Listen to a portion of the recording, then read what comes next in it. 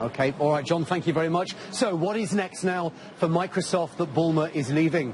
Also, who will replace him? Brendan Barnacle is a senior research analyst at Pacific Crest Securities. Bill George is the former CEO of Medtronic. Gentlemen, thank you both for joining us this Friday lunchtime. Brendan, let me kick off with Simon. you.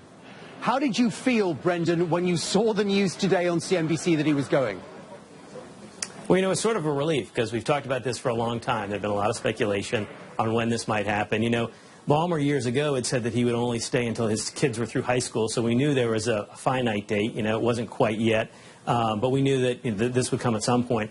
I think what's exciting about it is potentially to get some new leadership in there and to bring in some new blood. I think it really needs to be somebody from outside, though, so that you do get some new eyes and some new thought around it. And I think whoever comes on is going to have to really have the buy-in from the board that they're allowed to make the restructuring and the changes that they see the company needing.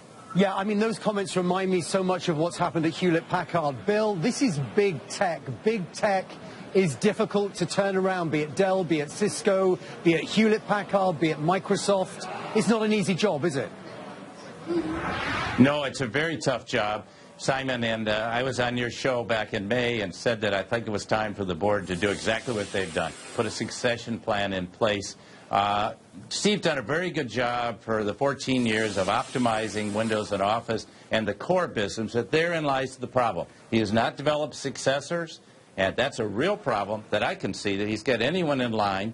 Kevin Turner, his COO, is a good running mate, but not the candidate. And he is not really taking advantage of all the exciting things coming along in mobile and in search and in social media. And so I would be very inclined to go to the outside. I hope Bill Gates will permit that. Bill has done a good job stepping aside, but he hadn't really left. He's still chair of the board.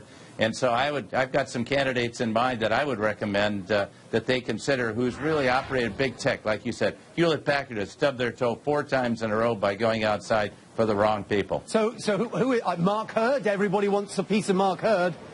Huh.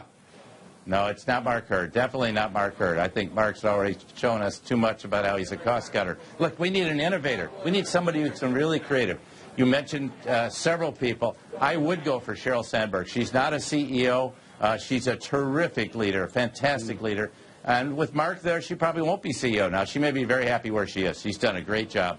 But I think she would be a great candidate. The other one that's a bit more of a sleeper, but I think would be fantastic, is John Donahoe at eBay. John has turned that around. It was not in good shape when Meg left, and John stepped in and put it back and really broadened the base of eBay, taking them into a lot of other businesses, obviously PayPal. Interesting. But done a really fine job. And those two people would be the top of my list. Remember that John, early in his career, was worldwide managing director at Bain, so he's had very broad global experience. I think you need someone who understands global markets, but particularly the creative side of tech, and is willing to take the risk to move Microsoft in that direction and not be owned by Windows and Office. And that's the Clay Christensen, my colleagues, innovators' dilemmas. They've been owned by the old style businesses, and I'm fearful they're going to go the route of IBM unless they get the right CEO and the fresh set of eyes, which after 14 years they very much need here.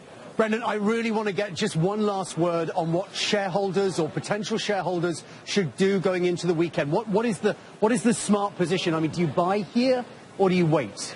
I would still wait. I think you got to wait a little bit because I think while we've got some great candidates, this is moving in the right direction. We're not going to know anything for a year, and I think we're going to be in a holding pattern for a year. I think in many ways the stock's going to get a buy through that. But, you know, we still have the risk that at some point new CEO comes in, clears the decks, throws in the kitchen sink, cuts the numbers, all those things that typically happen when a new person comes in and should happen, but those may now be pushed out to fiscal 15. So it could be a while. So I think there's still probably better places to make money in the near term.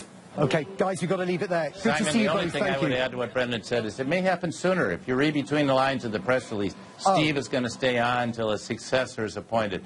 If they get the right person, that could happen in a lot less than 12 months. If they can bring somebody in, as long as he's there and nothing else is made. So I would hope by the first of the year they may have someone in place.